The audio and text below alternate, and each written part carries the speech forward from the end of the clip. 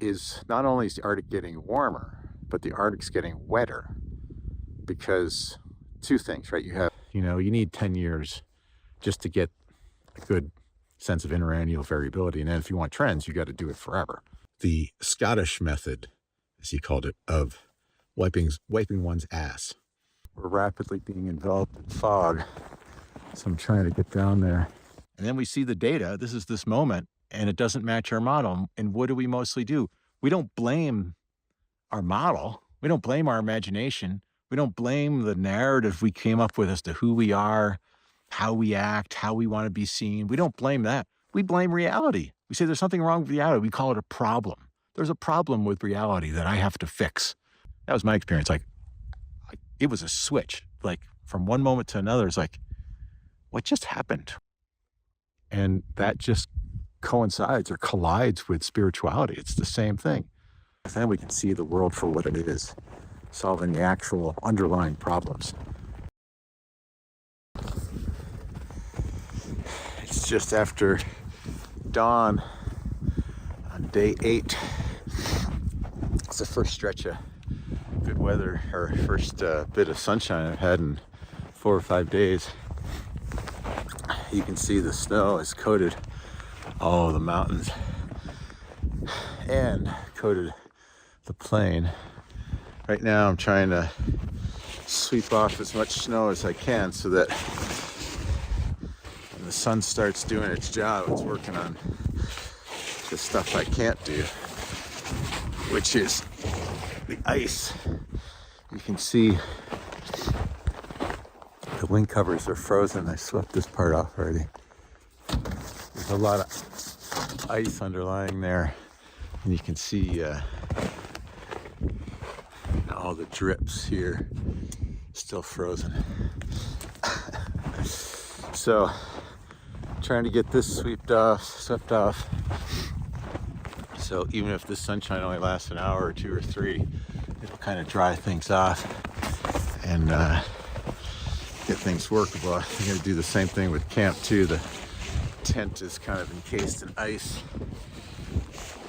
and before it starts dripping inside the tent, as much as it has been anyway, try and get that swept off as best I can, shake it out. I haven't got the forecast yet this morning. It was supposed to rain today. The sky looks a little unsettled. I can see down into the tundra that it's cloud covered there. So even though I could probably take off, like if I was ready to go and the plane was ready to go and I could probably take off right now in this weather, I still need to be able to get somewhere. And that's not clear yet. But I'm going to act as if today is the day and get ready and do as much stuff as I can with the sun being the way it is and the lack of rain and snow, and see how far it gets me. It's gonna be, if it stays sunny, it's gonna be interesting though too, because I can see, like this wall. This is a really steep wall back here, and it's totally snow covered, or for the most part. Same thing with, see, just everywhere, it's snow all over the mountains. But it's thin enough that day in the sun, a lot of it will melt. So just in terms of my modeling, solar melt, sunshine and snow melt modeling, I'm looking forward to seeing how much aspect matters here. The south-facing slopes and the north-facing slopes, and how the patterns that form there. And I can use that to, just give me some confidence about the modeling. All right, it's cold this morning too. My hands are frozen. All my gloves are soaking wet, so they're frozen like stiff. And I put on my liners, the only gloves that I haven't worn yet that aren't stiff as a board. But all right, I'm gonna keep sweeping, and we'll see how things go. Well, that little glimpse of sunshine first thing in the morning went away pretty quick. Just a sucker hole. Got me excited. But it hasn't snowed yet or rained. It's supposed to start soon. I did get the weather report shortly thereafter. Oops, sorry. It is supposed to get some precip. I can see the coastal plain through this little notch here. The clouds are lifting there, but I still got another, just from digging out from the past week, or past, 5 days, 2 or 3 hours before I can take off. And it seems like, just looking at the clouds, it looks like within 2 or 3 hours it's going to snow here. And it's supposed to be sunny and nice the next 2 days, and that extra bit of sunshine helps a lot with a lot of things. So I think I'm going to sit tight for today. I swept the wings off this morning as best I could. Then I started fiddle farting around with the cache, got the burrito built, organized the tent, organized inside the plane. Just while it wasn't snowing and raining, I could get at things a little easier. And I just came back to the plane, and I thought it was interesting. One of the things we pay a lot of attention to as glaciologists is albedo.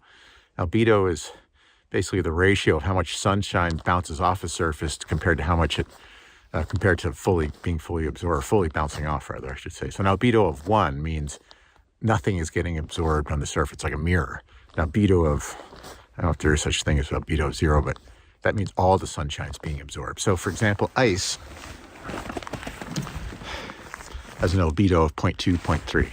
That means 70 or 80% of the sunshine is getting absorbed. A lot of melt energy there. Snow, like this fresh snow, probably has an albedo of 0.9, maybe 0.8, 0.85, somewhere in there. So most of the energy is being bounced off and it's not going into melting.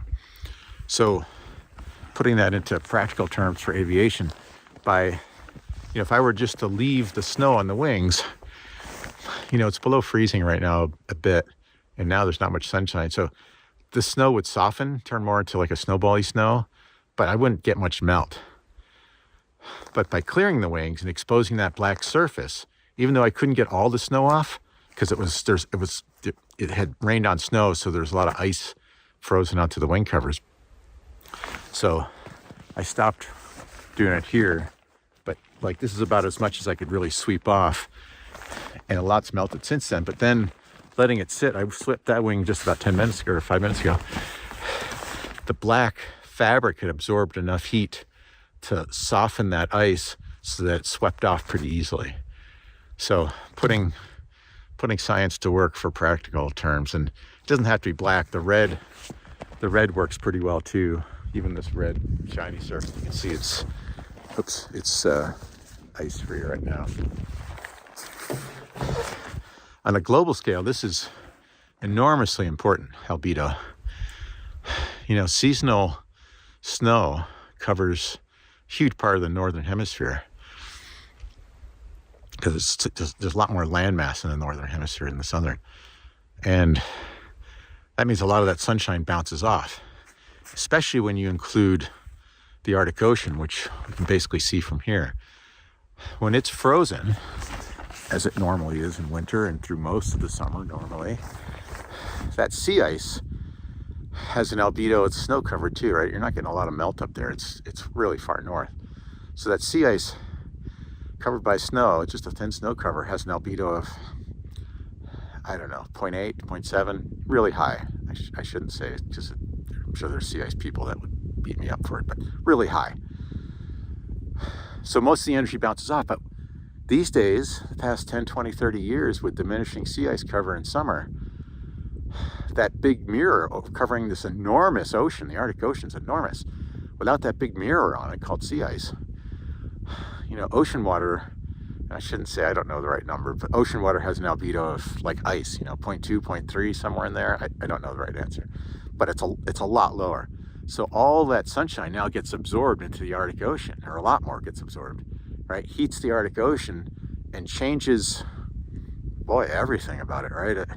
The big change in terms of what I'm trying to measure here is, without the sea ice and without that blanket of, that shiny white blanket, the ocean warms, the surface warms the air right there. You start to get warmer air that can hold more moisture.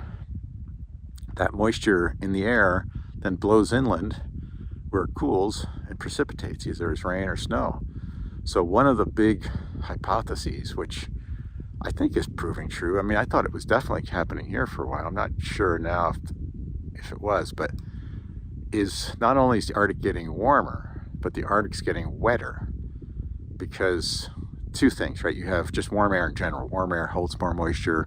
Warm air comes from somewhere else, further south, with more moisture in it, so it precipitates. But then you have the northern side of it. You got this huge moisture source with air coming down from the north towards land, carrying more moisture, and more moisture source, you get more moisture. And then that whole cycle locally can start doing the same thing. Warmer air lifts moisture out of the tundra. Like that's what we're seeing now. I'm betting that fog that was there was because of all that rain. You get a little sunshine on that wet, super wet tundra, and it starts to lift into the air and condense really low to the ground as fog. And that's probably going to be the problem tomorrow too. I'm probably going to, till I wait till late afternoon for that fog to burn off. There's probably going to be a lot of fog everywhere. So yeah, you got a warmer and wetter Arctic hypothesized, and woefully few measurements of those phenomena throughout Arctic Alaska. Again, I probably shouldn't say it, but I can only think of a handful. I mean, there's a handful of airports, 5 or 6 airports that monitor. I'm not even sure if they save that data. I hope they do. I know of 3 weather stations on the tundra that a colleague of mine has out there.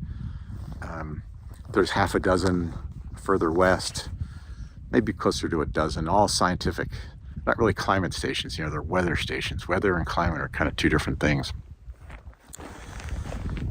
But anyway, it's something. Something's better than nothing. But in terms of precipitation, in terms of snow and even rain, I mean, you're talking about, let's say 20-point measurements of rain, and not great ones, and not bagging on anyone here, but the instruments we use for this aren't ideal.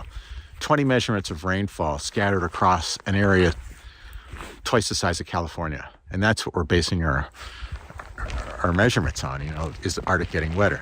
For rain. For snow, there's almost nothing, right? Almost nothing. A couple sonic rangers.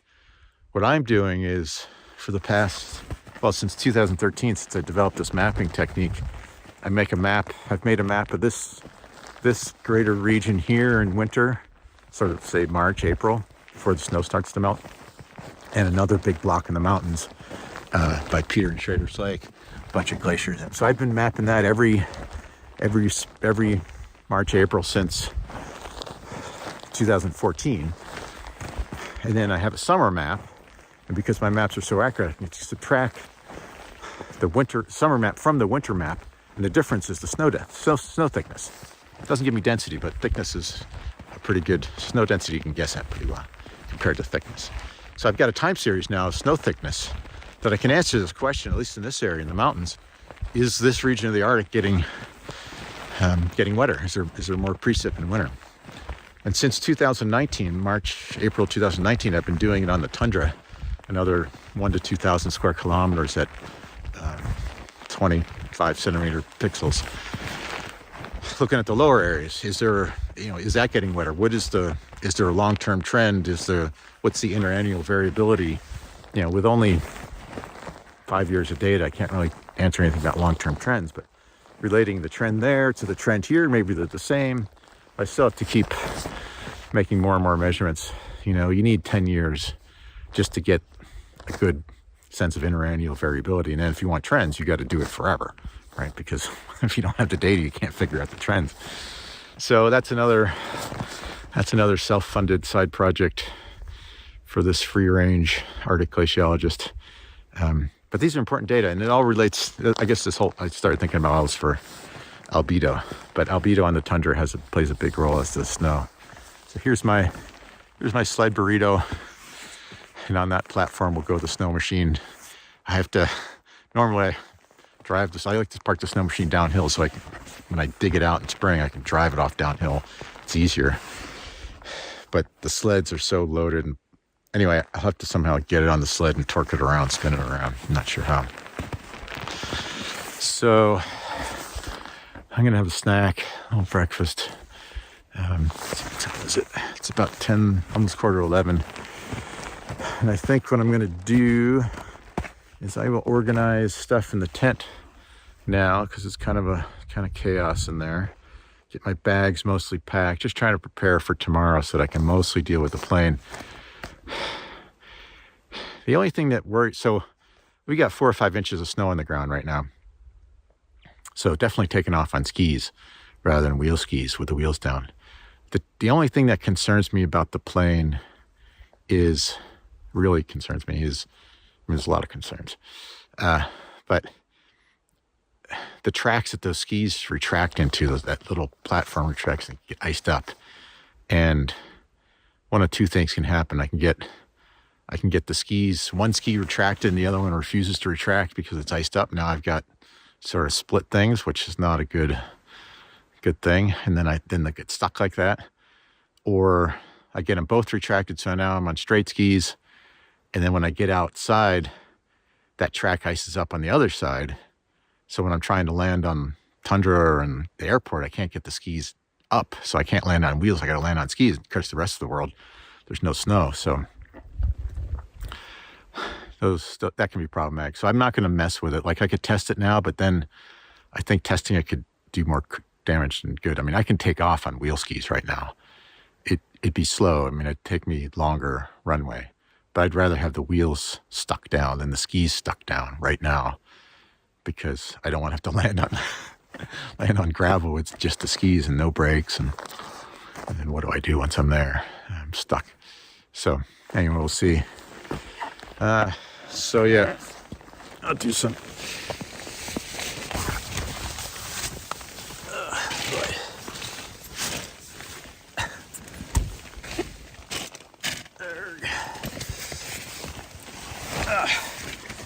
It's not too bad, I guess, but it's so wet and cold. It was cold this morning. It started warming up about 20 minutes ago. But it's actually almost pleasant here. I could probably take my hat. I should put my hat back on. So, let me do this. How's that work?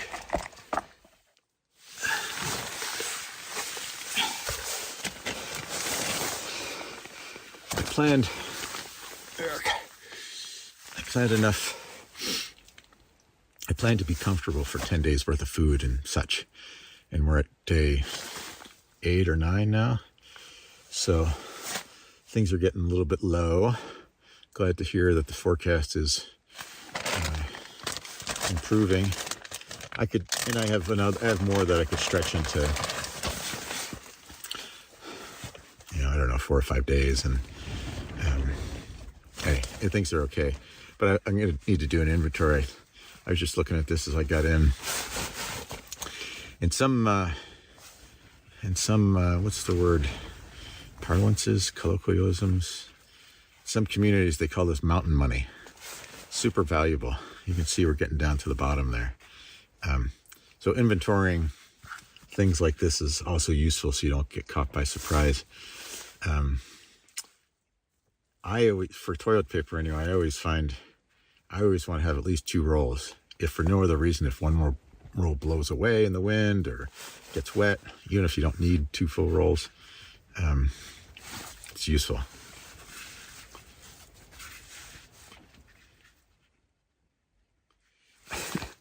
It reminds me of a story. I may as well tell it. So one of my mentors early in my career, my PhD committee, Will Harrison, he wasn't quite in the full old school generation, but on the younger side of it anyway. He'd been around, and we'd gone on a number of expeditions together. And one of my favorite stories of his, he was always full of stories. So he was a great storyteller. Super nicest guy you hope to meet. Most graceful, congenial guy you'd ever hope to meet, especially in the field when all shit's just going wrong all the time. One of my favorite stories is, I can't do it justice. I'm going to try, but it's his story. I'll try to say it the way he does it. But what he described to me once when we were low on toilet paper was the Scottish method, as he called it, of wiping one's ass. You start with a single square of toilet paper, fold it thus to a triangle, then fold it thus to another triangle, right? Smooth out the edges, and you take this little part here at the apex and you pull it off, and you set it aside very carefully because you'll need it in a minute. And again, I'm going to attempt his gesticulations, but he was the real master at it. Now you have this. You insert your middle finger into there, thus, and then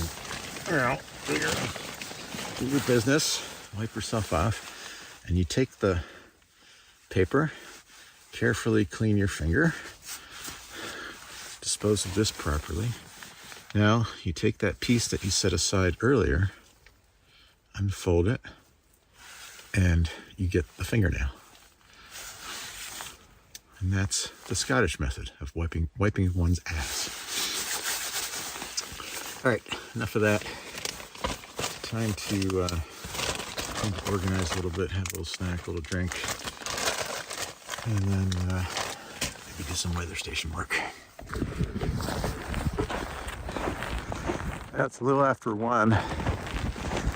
Got lots of things I can do at camp. Button up. I add another sensor to that weather station that measures snow and ice interface temperature, which is kind of important in terms of how the snowmelt proceeds in spring. That liquid that melts at the surface drips down, warms up the snowpack. So knowing when the bottom of the snowpack gets to the melting point, it'll be -10, -12 over the winter. See, but once that liquid hits there and starts refreezing, it warms it up. So helps to validate the modeling a little bit, and it's also important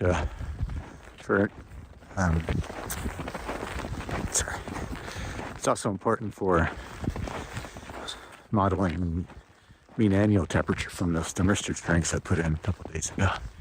Just every little bit helps anyway. So now I'm walking down to the second thermistor string site to do a little maintenance on the structure, and also just download the station just to see what we got, make sure it's working before I leave, so it's in as good a shape as possible before winter. I'm trying to trudge along here as fast as I can because the wind is now blowing from up glacier, which is behind me, or down glacier, which is behind me, blowing up glacier, and we're rapidly being enveloped in fog. So I'm trying to get down there. I can still find it so I'm not getting lost in the fog. Fit snow machine, it only take 2 minutes, but this late in the game, if something breaks in the snow machine and it's down there, and I have to make the decision whether to ditch it there and find it next summer, fix it then, hopefully it's not all rolled over or whatever, or fix it now, which could mean I might not be able to get out of here tomorrow or the next day, which could mean I'm here another week. So give you some exercise too.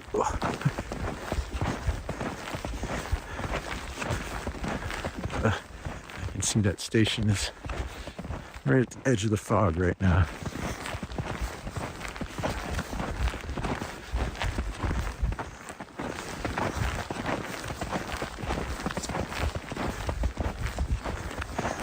Also walking out my route for the plane just to make sure there's nothing I hadn't seen before, some strange drift or whatever. So take off, something won't go bump, take my gear off. I'm not gonna make it.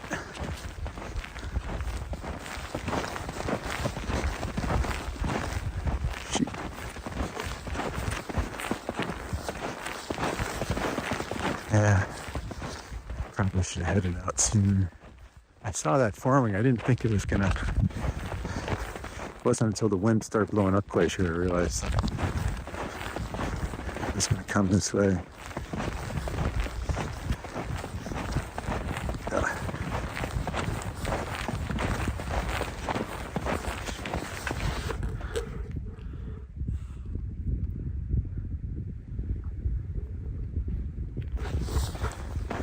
I like walking around in the fog if I can avoid it on my own. Shoot, it's already covered over. It's coming in pretty fast here. Ooh, it's all around me, isn't it? I'm all bubble. Yeah, you can see it coming in that way. Oh well. Oh well, I'm all packed and ready to go. Wind may change direction. Blow it back out in a few hours. Oh, it's coming in pretty fast too. Yeah, much. See it against that mountain.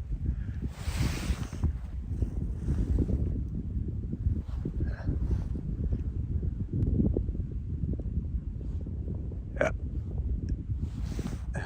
All right, time to follow my footsteps back. I don't know why I'm superstitious about it. I guess that's what it is, really. I've gotten lost out here before. It's not too hard to find yourself again. It's not that big a glacier. I don't know, somehow when I'm by myself, it's like, why? What is wrong there? Why make the risk? It's pretty though. I mean, I like the end.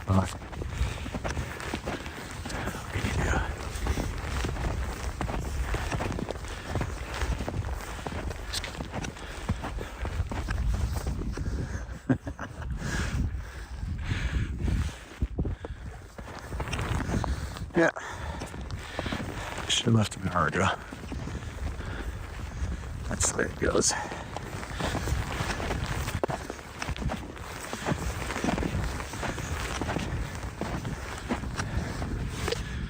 Yeah.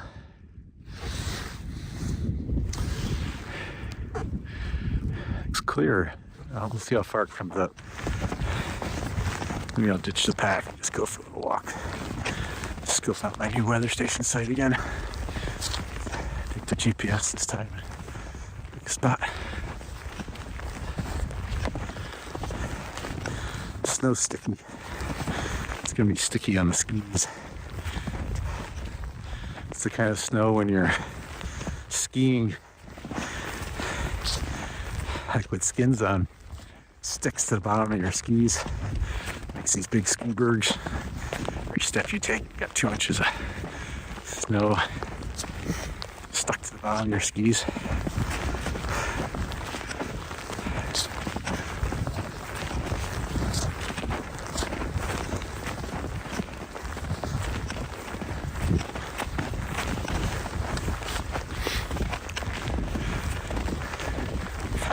All right. Maybe later.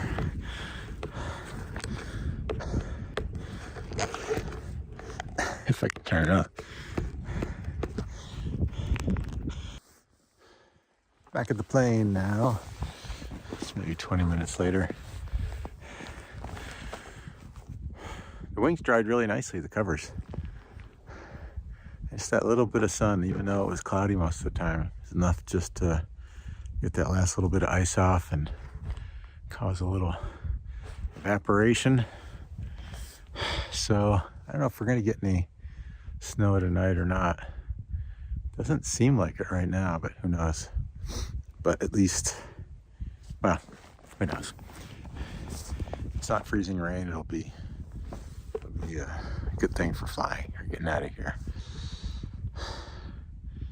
So tonight I'll continue packing up the tent, get things ready so that tomorrow, see how cold it is. I'll probably have to preheat the plane. I've got a little gas stove that kind of sits under there and try to heat the plane without setting it on fire. Get a little bit warmer. It doesn't like, I mean, it'll start when it's cold. It's just not good for it. You want to have the oil kind of dripping, you know, like liquid, not viscous. So everything stays lubricated.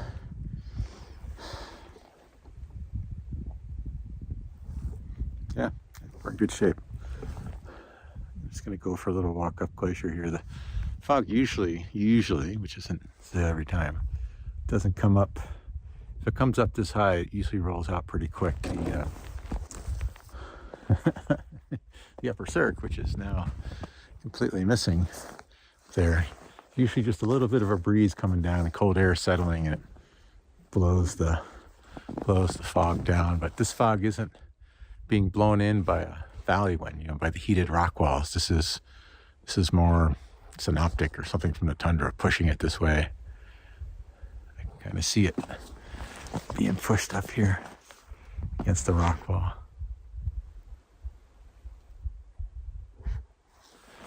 First time I spent a night out here by myself.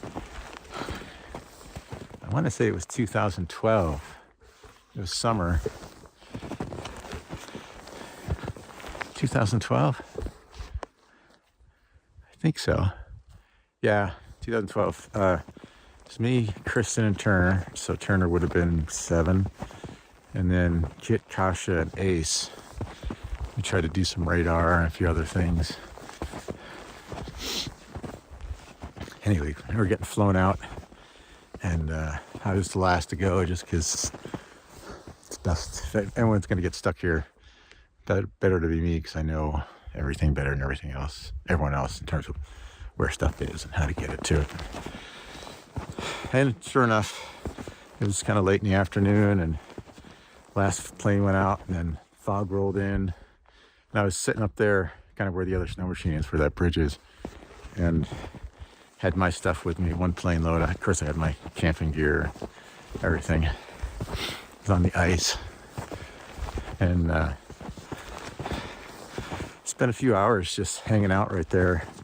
Didn't even set up a tent before I went to sleep. And I think I did set, I had a Megamid.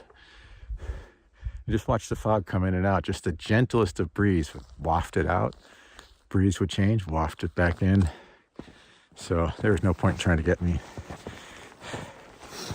So it got me in the morning. But it was really cool. I really enjoyed that experience, watching the fog come and go. I got a few pictures.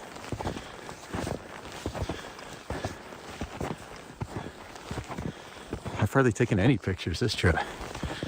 All this video. I don't know what I'm going to do with it all.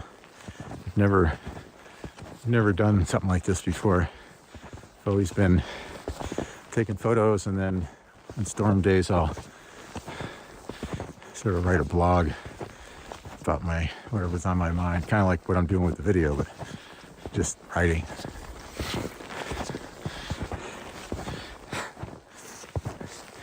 I suppose I'll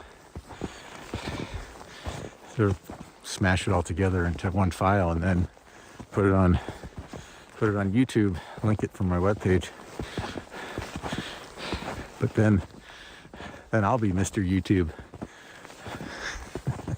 I can't make fun of those other guys then. I really shouldn't make fun of them. I guess I probably was a little bit. That's my bad. You can't shame people out of their ignorance. You know, ignorance just is what it is. People are at where they're at. They have their own reasons for, you know, how they got there. Mine to judge. But there is a bit of judgment there, right? I mean, I can feel it even right now, just a little bit of frustration and anger. I mean, not like overwhelmingly so, but, you know, it's like, what the hell, dude? You know, read an undergraduate textbook. I mean, if you're really trying to help, then help. Start with some basics. You don't need to remind us, the scientists, what we wrote in those textbooks. We already know. You know? But that's the thing. I don't know. I mean, they're trying to help in their own way, I guess. They have some reason to want to undercut, you know, to make people question our expertise. You know, and it's not like we're, I mean, we spend our lives doing it, so of course we know more than most people. But that doesn't mean other people can't learn. It doesn't mean we have some privileged brain that only our brains can handle this stuff. It's just we're doing it all the time. We care about it and we want to do it right. And we've got this huge network there that's, you know, all these colleagues ready to jump down your throat if you mess up. So yeah, we're really careful about what we do and what we say and what we publish. And we're, you know, when we're spitballing, we do that amongst colleagues that, you know, appreciate that and know that that's what we're doing at the time. We're not saying this is the way it is. We're saying, I think this is the way it is. Here's what I see, that kind of stuff. You know, like the way you do almost with everything. But just to say that, you know, we're all idiots and he's the only guy that has the truth. I don't know. But yeah, the truth, that's what, I don't know. I mean, I think ultimately that's what we're all after, right? The truth. At least I am. I mean, that's from my youngest experiences. I had a desire, you know, as a small child. I felt like I was being fed a bunch of bullshit and trying to, you know, be forced to regurgitate it in some way. And I recognized it as bullshit. Or even if it wasn't bullshit, I just rebelled against having to regurgitate it. You know, trying to make a monkey out of me. And that stuck with me for a long time. And I, as an older teenager, young adult, I had a lot of anger. Big chip on my shoulder. It took a long time to get over all that. Not that, I mean, it's really easy to put that chip back.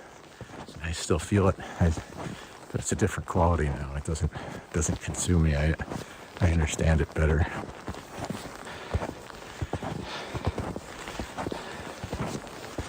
I think that's,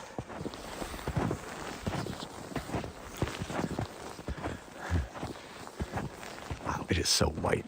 Oh, I guess not behind me, in front of me. Jeez.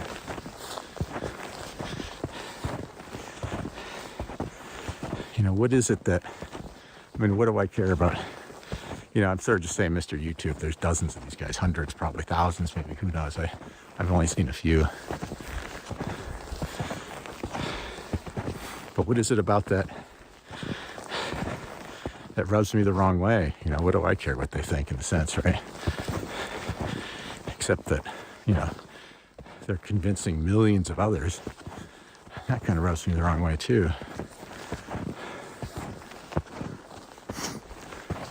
But why? I mean, why? I mean, the bigger question, yeah, it also sort of relates to why am I here? Like, am I making a difference? Do I want to make a difference? Is that important? Can I make a difference against that? I think somehow that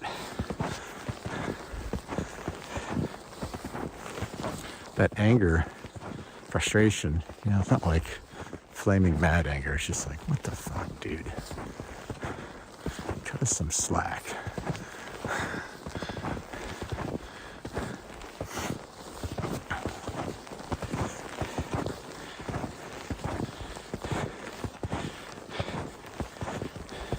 For me, when I said I'd gotten over my anger in general, one of the tools that I use that really helps me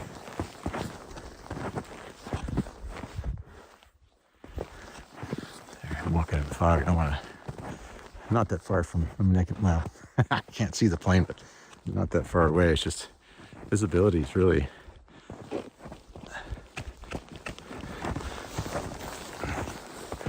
dim.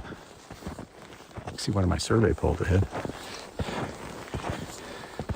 Yeah, so one of the tools that really helps me is just to think nothing real can be threatened. Right?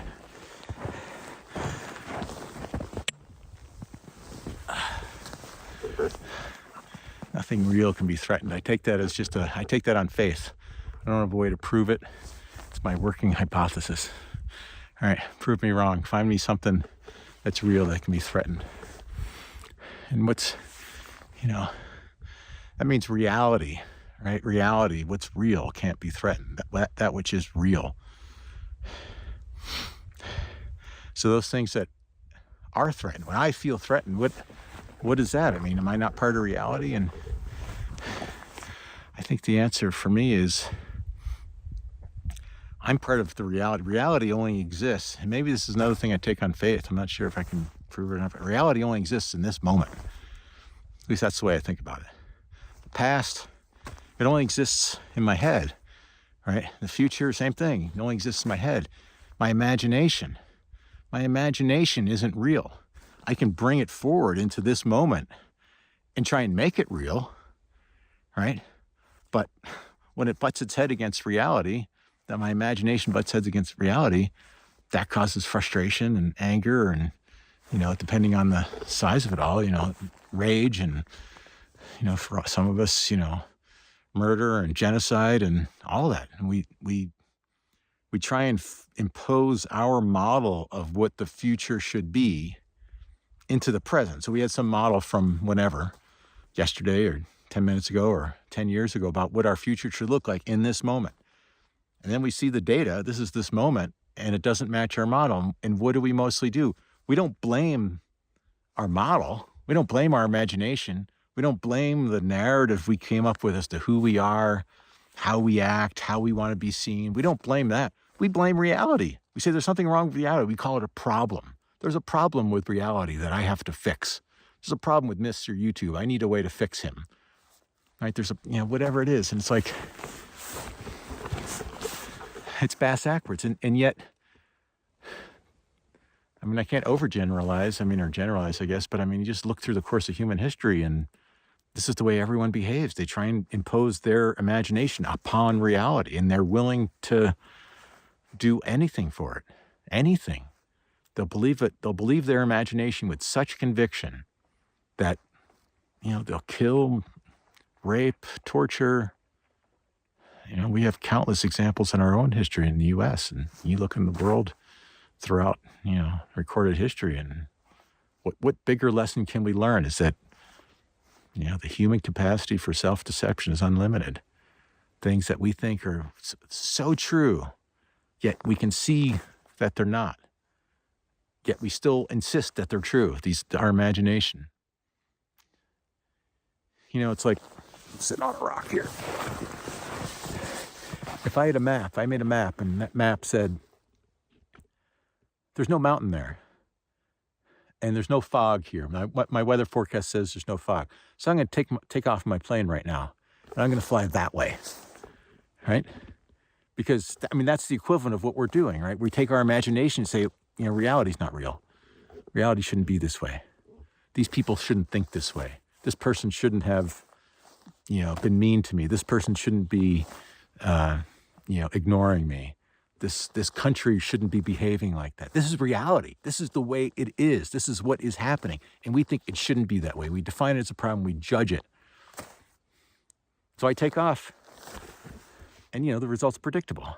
I can't go through that mountain. The mountain's actually there. And so we come head to head with reality all the time. And that's a pretty dramatic example.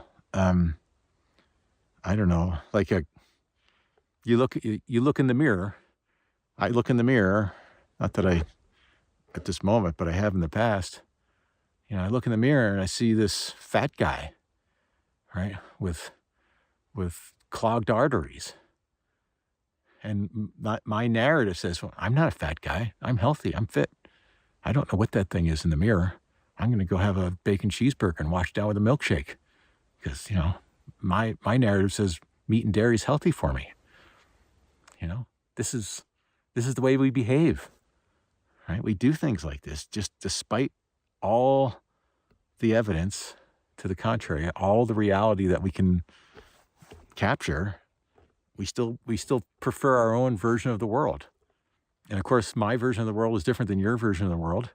I think if left to my own devices without some sort of sanity checks, how much of the world I've seen? I've traveled around, but still, I haven't traveled outside the planet. I have only this limited subset of knowledge about the universe. Yet I take it as being all there is, and that all the cause and effect that there is in the world, somehow I've already captured it. I just need to use my imagination, my concept of how the world works, and I can predict everything. And if reality doesn't come out that way, that's reality's problem. But it's just not the way it works. It's just not the way it works.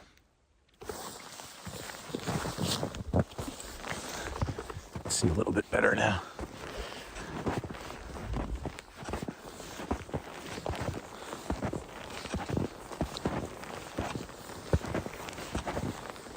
And it's because of that, right? Nothing real can be threatened. It's because I'm bringing my imagination about the future or the past. It's because of that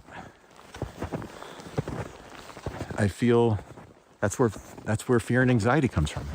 Fear's based on the past and anxiety is based on the future, but not a reality of the past and the future. Those don't exist. It's my imagination, it's my delusions, the narrative I constructed about who I am, conflicting with reality, that I'm not able to see reality clearly because I'm wearing these VR goggles that broadcast my imagination, what I think reality should look like. So when I say I'm feeling threatened, it's not the real me that's being threatened. It's this narrative that's being threatened. I deserve my Mr. YouTube has no right to tell me I'm an idiot. I'm not an idiot. I know what I'm talking about most of the time, or at least I know more than him. Right? That's what's threatened. That image I have of me. Not me. The real me can't be threatened. Because the real me is this. The real me is that mountain, this glacier. We're all, it sounds a little woo-woo, but we're all part of the universe. It's only my imagination that says I'm separate from these things. Right? That's also part of that imaginative story about the world. I'm separate from the mountains. That mountain's different than this glacier, different from me. And I think, that's bullshit, right? It's arbitrary. It's useful, it can be useful, But there's a difference between being useful and being accurate. Another rock. Oh yeah, there's the river.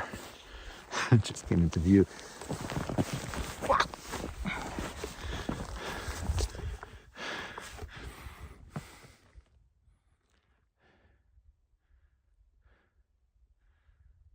If reality does exist only in this moment, everything I bring forward from the past or bring back from my imagination of the future clouds my experience of that reality. Because if I'm to believe that nothing real can be threatened, clearly I'm bringing the stuff that's being threatened into this moment. And at those times when I've stopped doing that, it works, right? I don't feel that fear. I don't feel that anxiety. I don't feel that frustration or anger. If I just see the moment for what it is.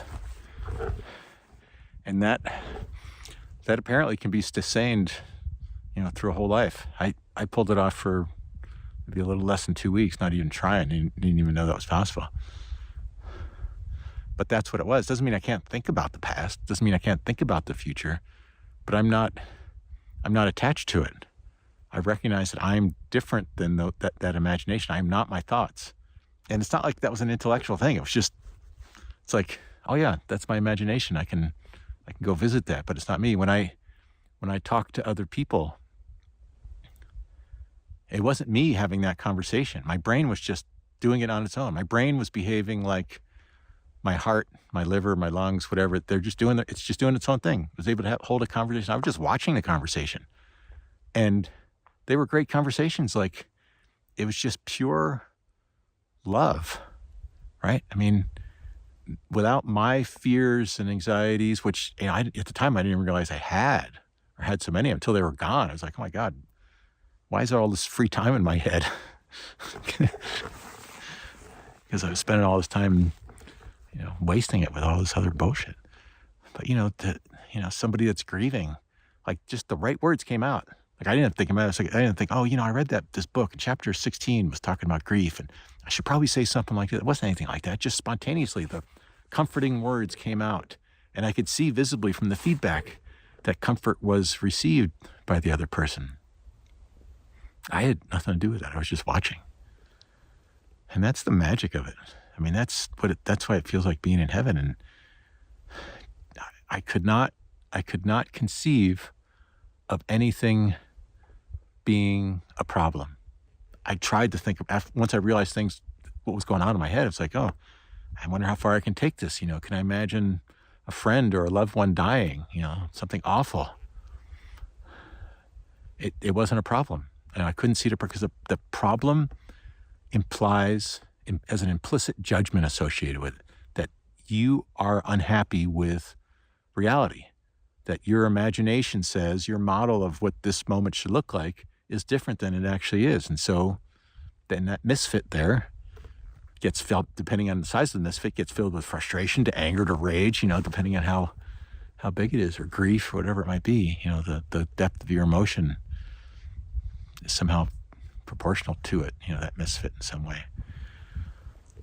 But when you can accept reality for what it is, this is my experience, then everything, I mean, I can't even, there's just not the words for it. It's like being in heaven. It is heaven on earth. I think all those people that describe what heaven is talking about, it's not some magical place in the sky. It's right here when you give up your judgments. And how do you do that? I have no fucking idea. I mean, I've given up. I mean, I can whittle away at them, but how do you pop into that state? I don't know. I was thinking about this last night, actually. The best I can figure is you whittle away at them, all these fears and insecurity. You just strive to, when you see them, shine a spotlight on them. Say, yeah, this is bullshit. Don't get sucked into that rabbit hole. And you do that enough times. It's like you're a helium balloon, giant helium balloon. You're tied down with all these ropes, guy lines, and you just start snipping them one by one. And at some point, there's too few of them to hold the balloon, and they just snap spontaneously. That was my experience. It was a switch. Like from one moment to another, it's like, what just happened? Why do I think like? Why do I feel like this? Why am I viewing the world like this? It was so weird for a while. And cutting those guy lines, again, from my experience of it,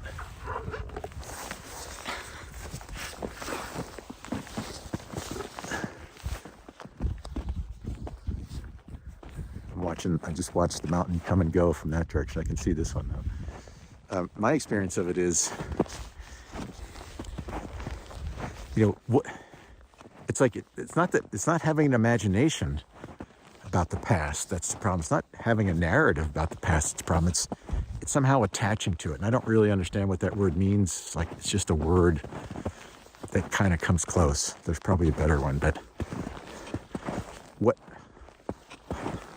when I feel those guy lines attached to me, like tethering me to the past, not letting me see the moment as it is,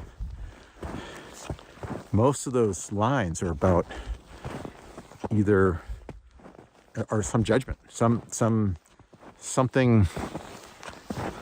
I hold against another person, or something another person holds against me. Right? Somebody's mad at me, I'm mad at somebody, I'm just not letting it go.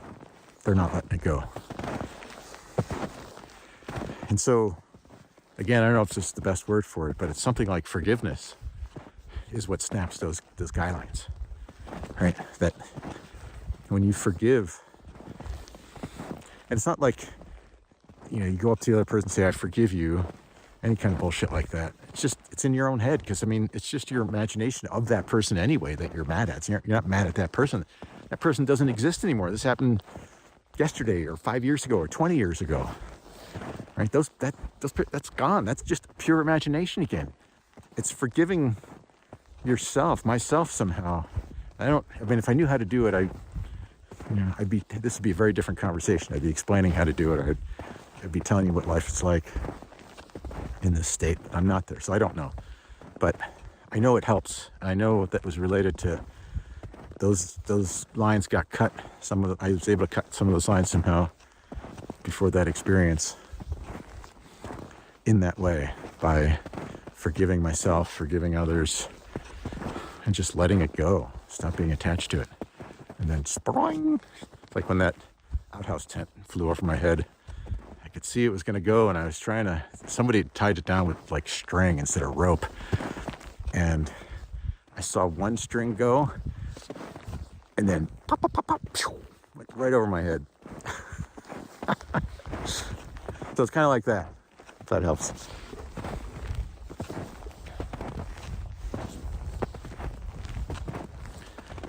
So that's part of why I'm here.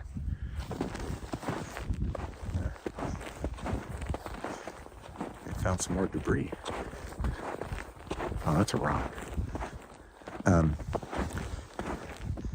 You know, this place, wilderness, I don't know, maybe it's the same for everyone, maybe it's not. What do I know? Oh, it is debris. This is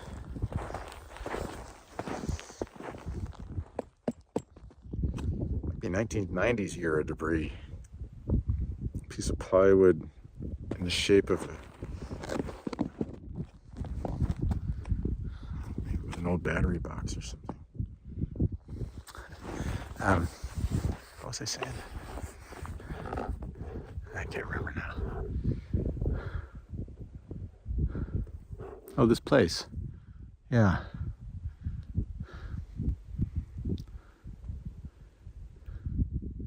You know, these, I mean, it's probably gonna sound crazy, or really, oh, there's that view again.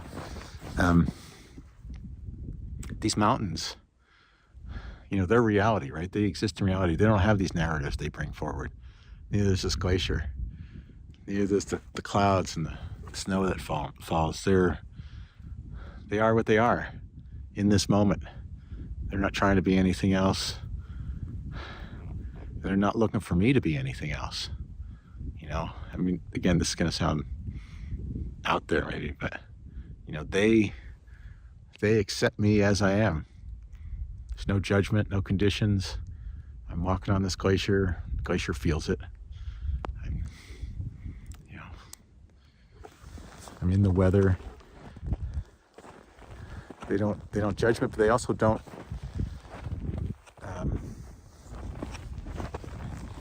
They're also sort of unforgiving, right? They don't cut any slack either. Just a lot of respect going on, basically. You know, but we're all part of the same continuum in a way, and it helps. I don't know how to say it, except it helps. It helps. It's helped in the past. Helps now. Oh, now we're getting a little snow. Now I can actually see where I'm going.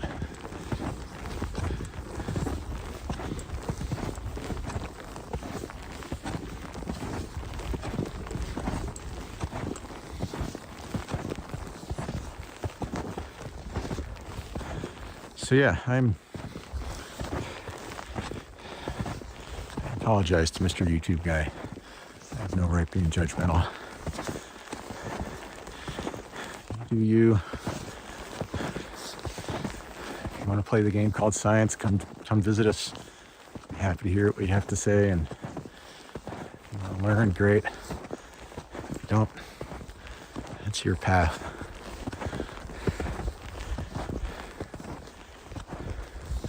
But we do know a lot. We do have a lot of knowledge. And I say the royal we. I'm a very tiny speck in that whole collective organization. I know how to do my things pretty well.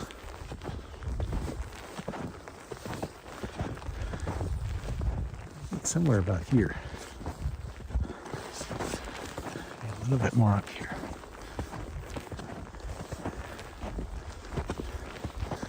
Yeah. Maybe, I don't know, half a mile from camp, from where the airplane is. That.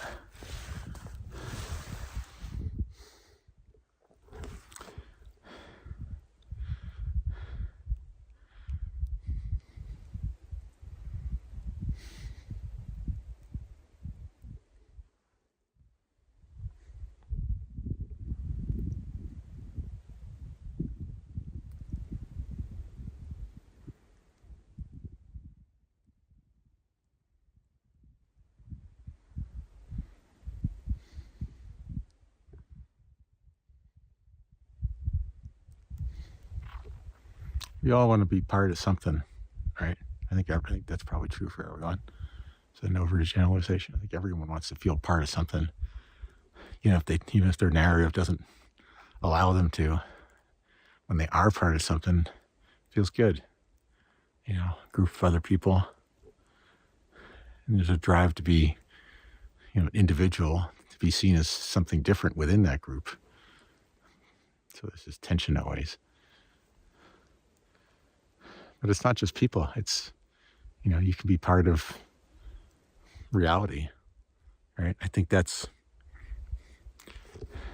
are those times when we do feel connected to a group.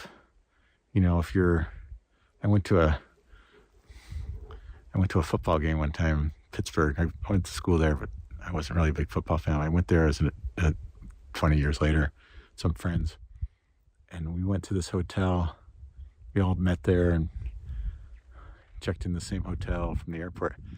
The guy opening the door of the cab or whatever we took there that worked at the hotel, you guys here for the game? I'm like, how the fuck does he know that we're here for the game? It's like Thursday and the game's on Sunday.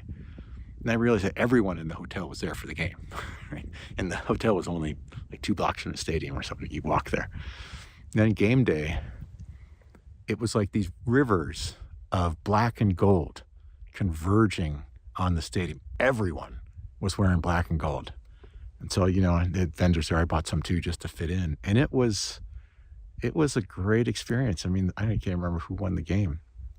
But being there, I was just by virtue of wearing a black and gold hat, I was part of that tribe. And one of my friends had a RV and he was in the tailgating. He was there every game. So he's in this lot where you park RVs and just drink.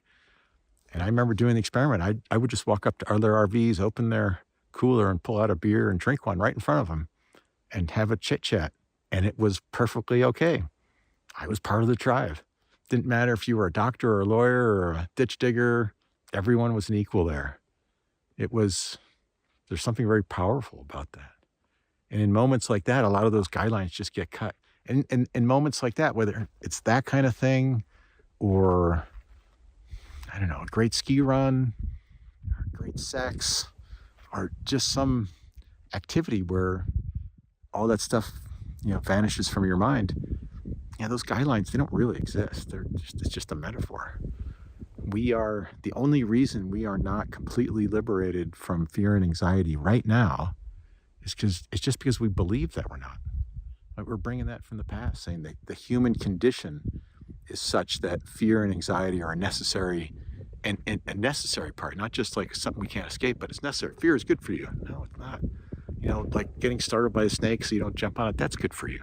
But the rest of it, no, the stuff that forms words, no, it's not good for us. I remember when, I was flying around here and wondering that same thing. I'm flying around like, I'm not afraid of anything here, yet I'm able to see the objective hazards in front of me with so much clarity. I'm so much a better pilot because I don't have all this anxiety. I'm a very nervous pilot in general. Like I say, before I landed here, I was circling like, do I really want to do this? I know how to do it. It's just anxiety. So no, it's not good for you. I'm convinced of that, and prove me wrong. It's not healthy. And it's debilitating for so many people. Those narratives that we bring forward, it's either, about the external or the internal. Like we're, the internal kinds, I guess, are like, oh, I'm stupid, I'm awful, I'm no good, this kind of thing.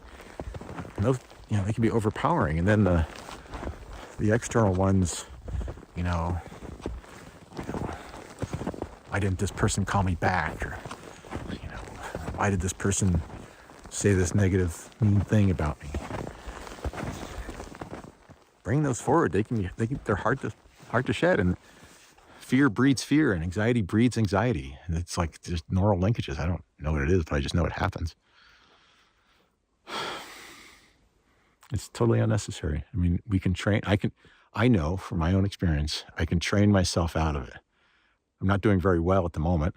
I've succeeded in the past. I don't pretend to understand it all, but I get the basics. This thing about, like I said,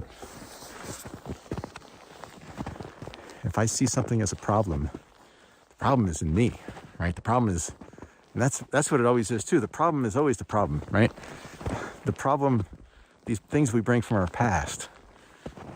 This guy doesn't, this guy pissed me off, or, this girl stood me up, or, whatever it is.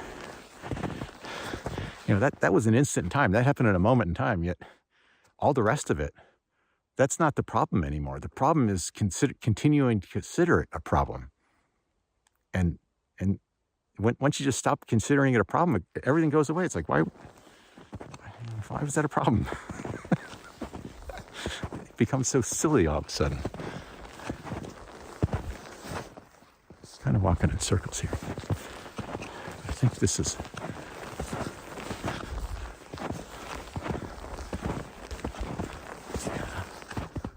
I like this a little better. Still thinking about my new weather station. Also going to be a GPS base station for motion. So I can just record motion continuously, kind of like what I did by camp, but better. That was just once a day. I want to get a whole string of them from, I can see the poles you probably can, a couple poles right there, through here, all the way down to that furthest part we visited a couple days ago. See the stress and strain, the push and pull, what's leading what, before it goes away.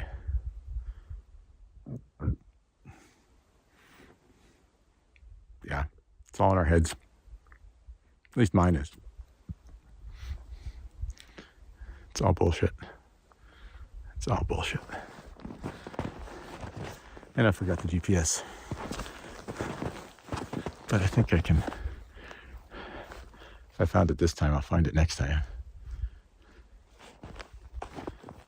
Spectacular, isn't it? Look at that.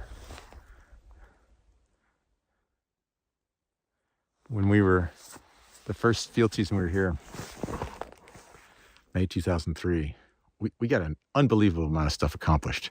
Partly because it was the first time there, I didn't realize how much work it was going to be. Otherwise, I would have never proposed it. But we got it all done. Huge number of stakes, 3-4 weather stations in for the first time, even up in that mountain there. And we were waiting for the plane, or the helicopter rather, to pick us up. And it couldn't come in that day. It was blocked somewhere else. So I remember Bjorn got his skis and he climbed up to the tippity top of the upper cirque and skied the whole glacier just for the fun of it and walked back. I'm more of a lounge about camp kind of guy. Read a book. Here comes the fog again.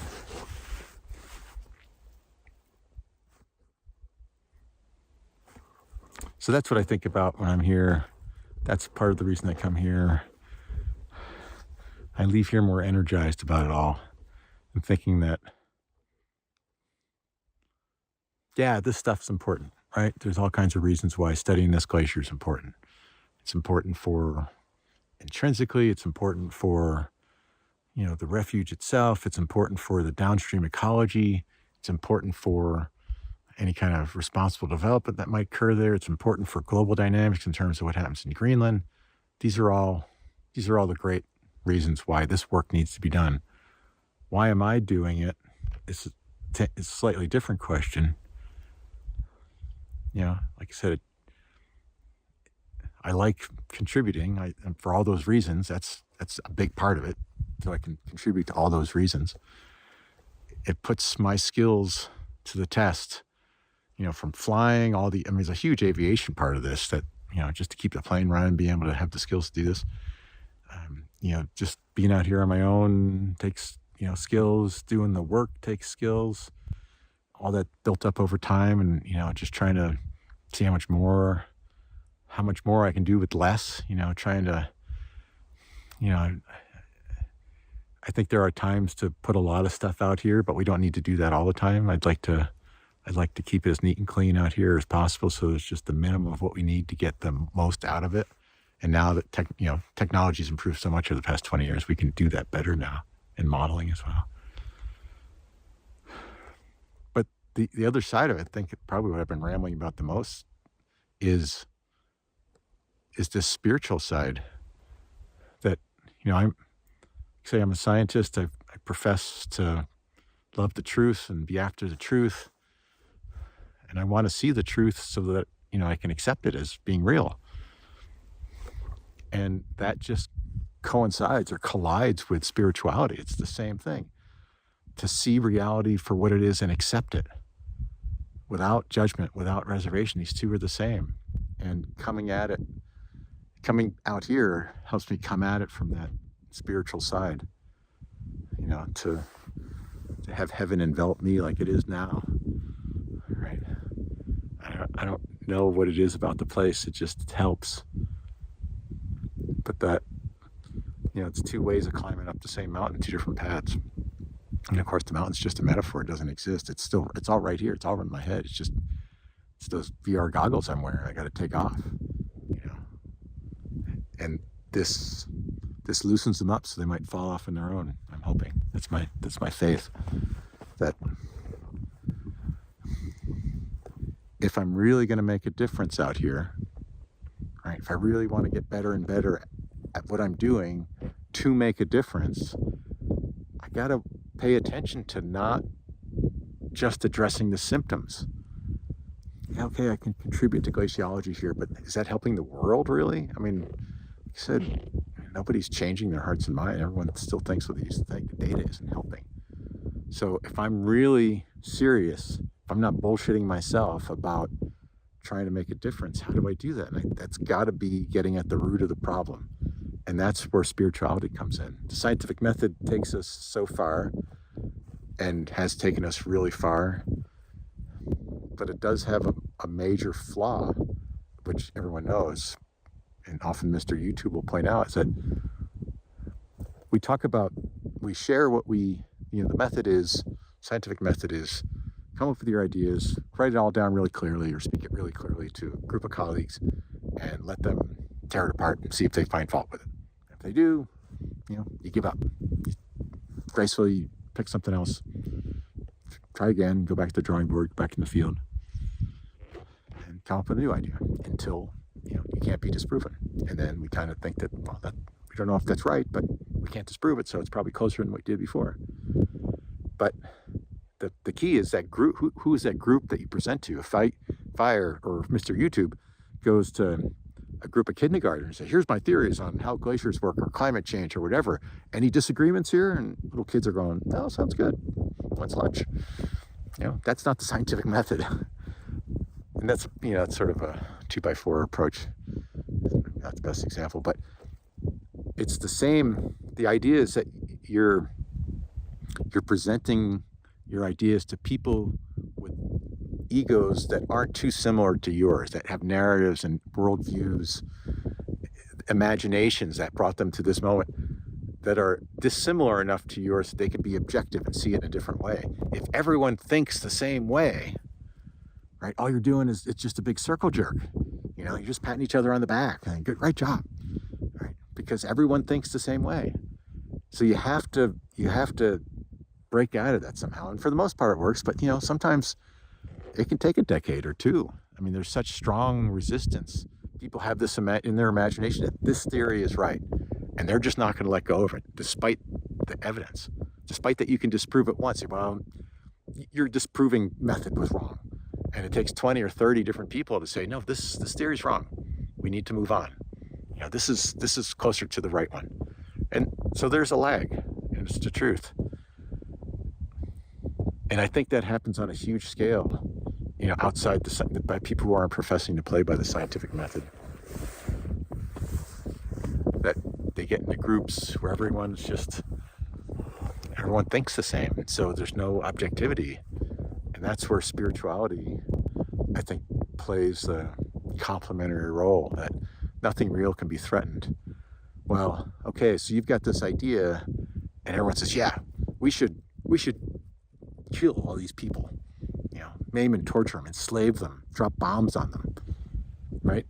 Everyone agrees, right? You've presented your ideas, and everyone says, yeah, it's a great idea. Yeah, this method would work. If we kill them all, or half of them, intimidate the fuck out of them, then reality will match what we want. That theory is a good one. We don't see a way to disprove it. But spirituality would say, hey, you know, this idea is being motivated out of fear, out of something that feels threatened, right? So if you apply that at the same time, I think it helps to say, hey, okay, this may be a great theory and it may actually work. Intimidation often does work, at least in the short term. But it's not solving the problem. The problem being that we're not seeing reality clearly, that we feel threatened. It doesn't solve that problem. It doesn't help our anxiety. That just adds to our guilt. You know, even if we ignore it, we still feel it. Oh, it's just peeking out in here occasionally. So applying that rule of, yeah, okay, this is a great idea. We can't disprove it, but is it motivated by love? Is it motivated by an acceptance of reality? That's a very easy test. Does it cause you fear or anxiety or frustration or anger or rage? Does it motivate you to kill or rape or torture or, you know, start wars? Those are really good signs that you're not seeing reality as it is. That's really good signs that you're bringing your delusions into the present and forcing them on everyone else. It's a really good sign that if you're a part of a group that thinks like that, there's no objectivity left in that group. And so it's these kind of things. I mean, I don't have an answer here, but it's in that direction. Studying glaciers isn't enough. And, you know, advertising my results to, you know, I mean, that's what these proposals say. What's your outreach methods for your results? Outreach is all bullshit. I mean, for the most part. I mean, I say it's bullshit just because I can disprove that it works, because it's not working. Look, people aren't changing their hearts and minds. This outreach, whatever we're doing, isn't working. So what can we do that works? How about we as scientists start thinking about how reality actually works, in our place in reality, and part and parcel, hand in hand with our results, we think about the spiritual side of it. You know, what is our role? If we want to save the world, what world are we saving? Right? The world that's in our imagination, or the world that's reality? Because the world that's reality, the world that exists in this moment, I'm following my footsteps back because I can't see anything. The world that exists in this moment doesn't need to be saved. It is what it is. There is no problem there. The only problem is if we bring our imagination into the picture of what the reality should look like. So when we say, let's save the world, or let's save this refuge, what are we talking about? We're talking about a fiction that we've created, a straw man that we've stood up that says there's a problem, and hey, I can solve it. And it's not a burden I'm putting on me or scientists in general. I just think just advertising that.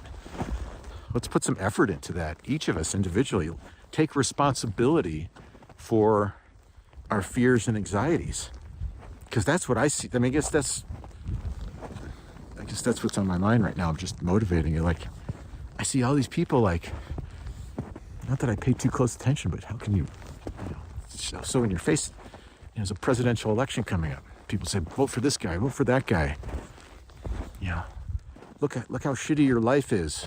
If you vote for this guy, it'll be different. I mean, what more delusional thing can you think than this guy is going to solve your problems, right? Your problems, our problems, our collective and individual problems, they're all in our head.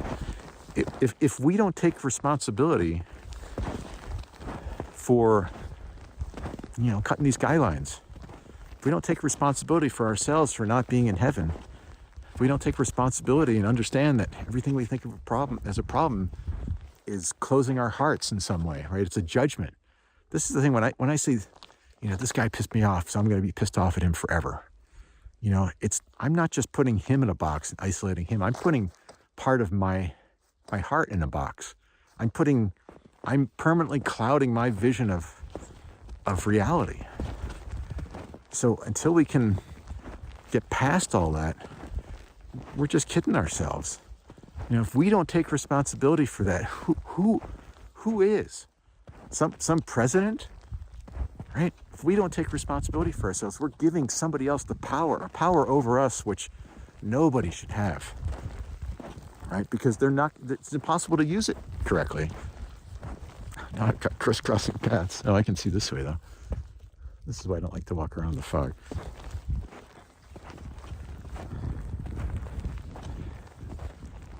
And that's what it's about, I think.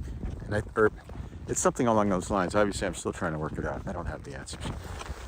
But somehow, along the same lines of the work that we're doing, whatever it may be, mine's science on a glacier, other people's is, accounting, or it doesn't matter. Whatever you're doing, having that same breath, that this is what I found, and here's how it brings us closer to truth and love, collectively and individually. Right? That everything we're doing is trying to dispel superstition, whether you call it science or not, spirituality. That if you're feeling stress and anger, these are things that are under our control. That those feelings are things that are under our control. That's what it means to take responsibility for. You might have great reasons. I mean, the fact that 25% of our country, the people are living below the poverty line. They don't know where their next meals come from. That's awful. It sucks. And it seems reasonable to feel stressed out about that, to feel anxious. But that anxiety is not going to solve the problem. It's going to make it worse. And when people look to other people to solve their anxiety, right, rather than solve the problem, the issue, the food, the security, that's where things get miswired, right? If you want to say we need a president that's going to, change the structure of our system so that it's not required, which it is right now, that's not required that 20% of the people be so insecure they don't know where their next meal is coming. That's a great thing to elect somebody for. But if you're going to say, we're going to hire a president, elect a president to make me feel more secure, to make me feel better about myself, it's not going to work, right? It's just not going to, it doesn't work that way. It has to come from inside. Lost again. I know where that way is.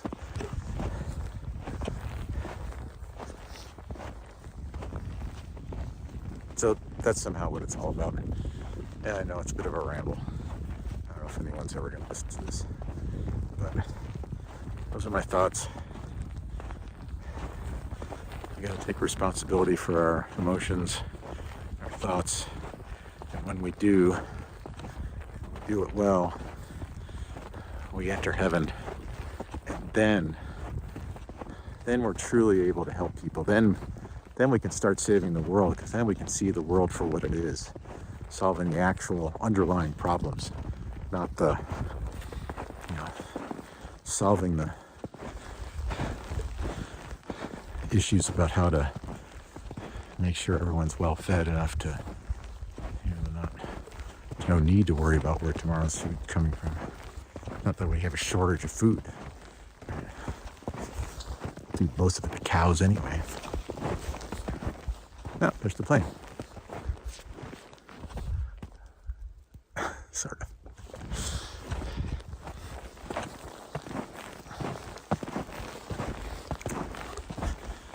So that's where I'm at. That's what I'd like to keep pursuing. That's what I would like to... If I'm going to spend my time advertising something, it's not going to be about my data point on climate change. It's how do we pull those goggles off our eyes and start loving each other fully once again. If we ever did. I don't know if we ever did. Maybe for the first time. To experience, even if it just happens briefly like it did for me, to experience what unconditional love really looks like. Just for a day, I think it would change the world. But we don't teach that in school, right? We teach our kids how to be better at math than the country next door, so that our jobs don't go overseas. I teach my kid to be better at this than your kid, so that he gets the better job. That's what we teach. We don't teach how to We don't teach the real meaning of acceptance, how to get there, how to manage all this overwhelming. Who are these people? Who are these people bombarding us with this messaging? Saying like, compete, compete, compete. These are the people that we've given over our responsibility to. We're letting them tell us what's going to make us feel good, which of course it never does. So we want more. We keep doing the same thing. We just double down and do it again, more. Where is it getting us? Well, I guess I was wrong. It is going to snow tonight. All right, I'm going to put my stuff away. Do some knitting. Glad I didn't go down there. Maybe I can't see a thing.